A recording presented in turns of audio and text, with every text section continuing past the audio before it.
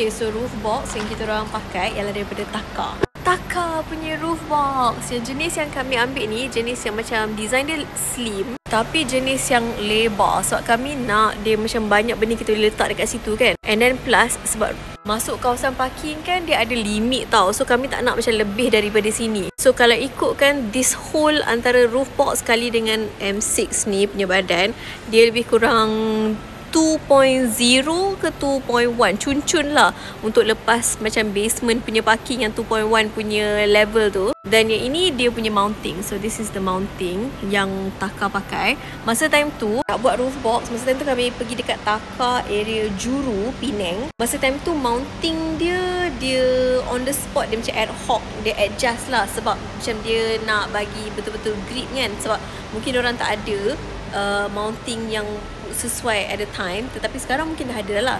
Tapi inilah dia kita punya roof box. Korang boleh pergi kat Taka, korang tanya yang ni design apa yang jenis macam mengerutu-ngerutu tu, tapi dia memang tahan lasak. Dia jenis tak senang calar, tak nampak apa-apa calar tu. Memang nampak quite nice.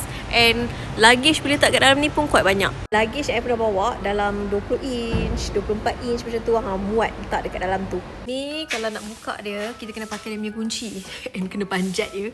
Jom kita tengok apa yang kat dalam ni. Wow. Okay, kita dah letak macam-macam ya. Kita ada shopping bag kat dalam tu. Cuma setiap kali kalau husband nak, ni dia memang sampai kena panjat lah. Manusia boleh masuk ke dalam ya. Tapi memang sangat-sangat luas lah. Letak luggage ke apa kan. So korang boleh letak kat dalam ni. Yang ni saya pun boleh muat kat dalam ni. Saya boleh muat tak agak-agak? Boleh tak? Serius lah? Rupanya pemilihan ketinggian tu very penting. 30 cm? So ni 30 cm. 2.1 betul lah. Tu dia punya mounting. Duduk Taka. Clampkan kat sini.